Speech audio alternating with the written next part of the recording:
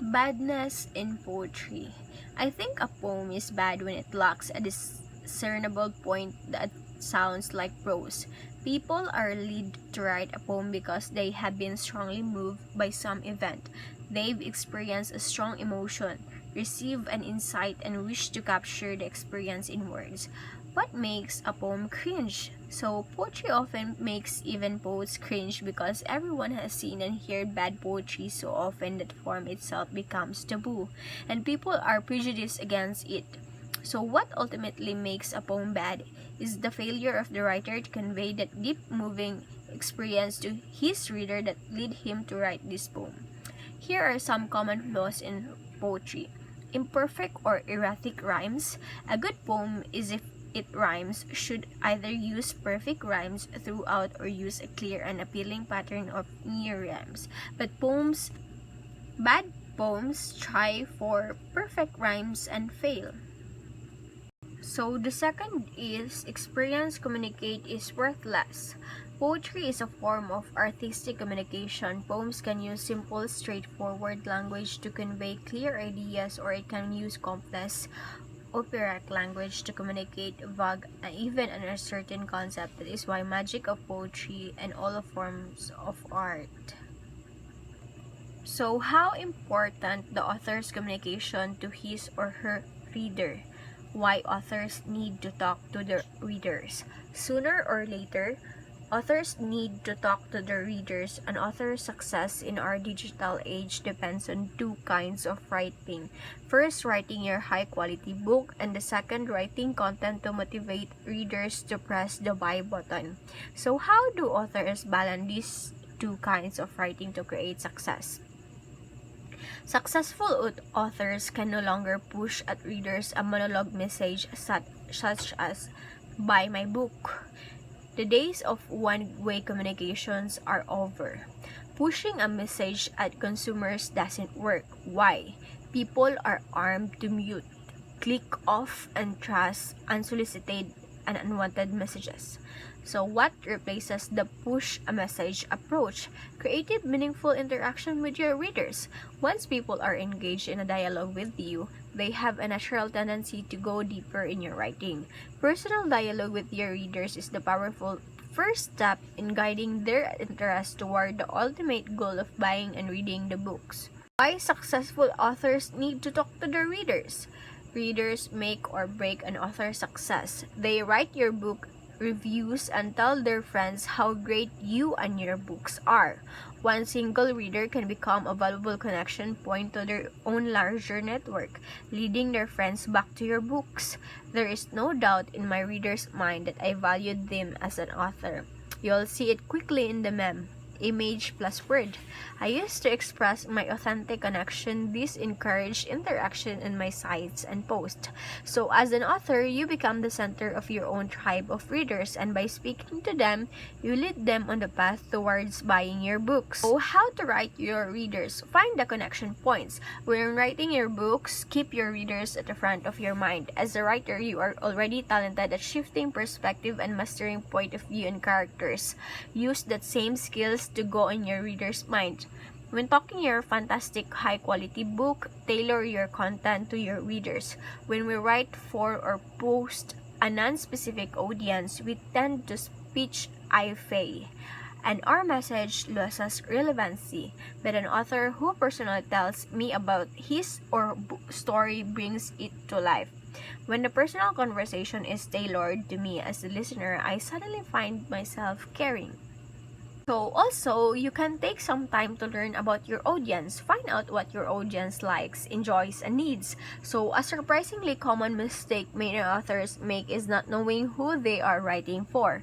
As an agent, I never consider authors who don't know who their readers are. Collect information about your readers. Ask questions and read the responses at the end of blog posts. Read the comments on forums and blog aimed at your audience. So there are quick tips for talking to your readers. Here are some quick and easy ways to open up a dialogue with your readers. Ask about your readers' thoughts and opinions. Respond to their stated concerns. Look for common interests, compliments, and feel readers' pain points. Celebrate readers' successes. Above all, remember to lead the dialogue toward the content of your book. Keep a list of how people responded, especially in regard to actions such as shares, reshares, emails, tweets, likes, and freebie. Downloads if you see, find that sweet spot to which people respond most. Then find ways to do more of what work and expand more ways to get the same level of interest. At the end of the day, your ongoing dialogue with your readers will lead to an author's biggest reward. Word of mouth that leads new readers to your book. The more passionate followers you have, the larger your potential network of new readers. So, there are also 6 common struggles writers face. So, writers face issues great and small that we have an impact on how well and how often they write. Some are more serious than others, but they all deserve attention in order to make you the best writer you can be. So, first is not having time to write. Many writers complain not having time to write, and this is a major setback. Children's spouses' work always seem to come first. Solution is that if this is the case, then you need to writing like an obligation. Mark specific time on your calendar. Get up an hour earlier. Write on your lunch break. Hire a babysitter or join a mom's club if you have someone who can watch your children every once in a while.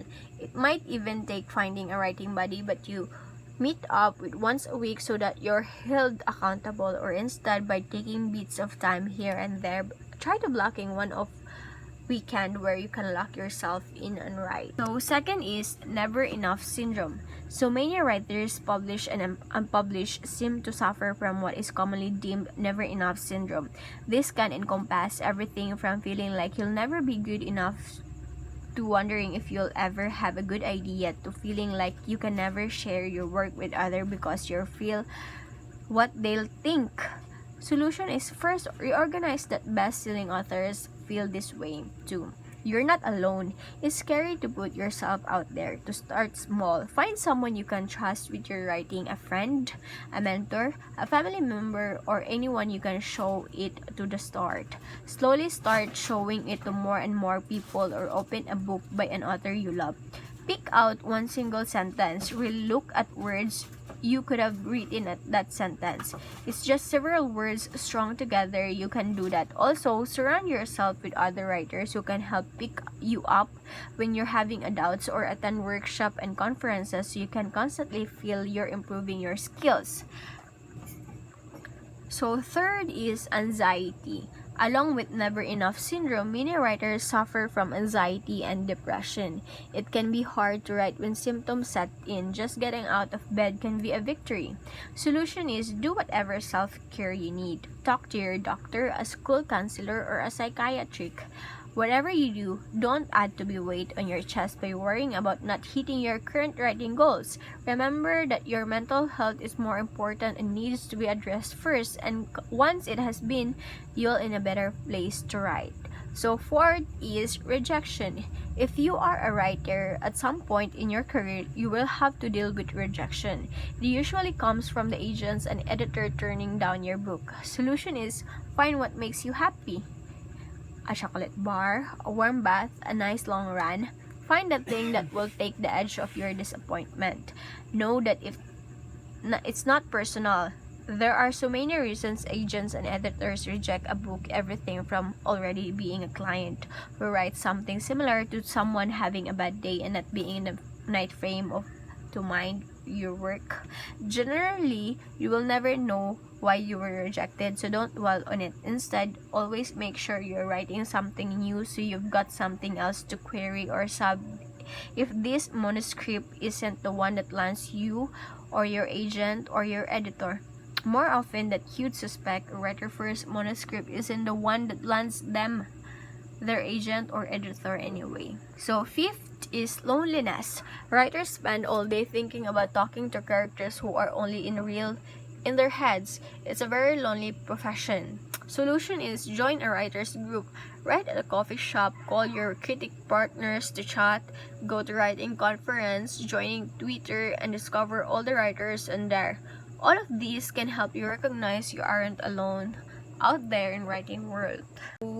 Last is writer's block, the plague of writers everywhere. Writer's block seems to rear its ugly head at the most inopportune times. Maybe you're in the middle of a chapter, or you've finished one book and don't know how or what to start next. Either way, writer's block stinks. So the solution is read a lot. It might just get those creative juices flowing, or try brainstorming with a friend or critic partner.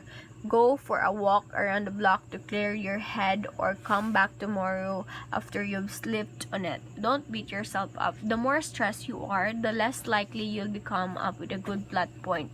Maybe a yoga or meditation class could help if you find yourself falling in this trap.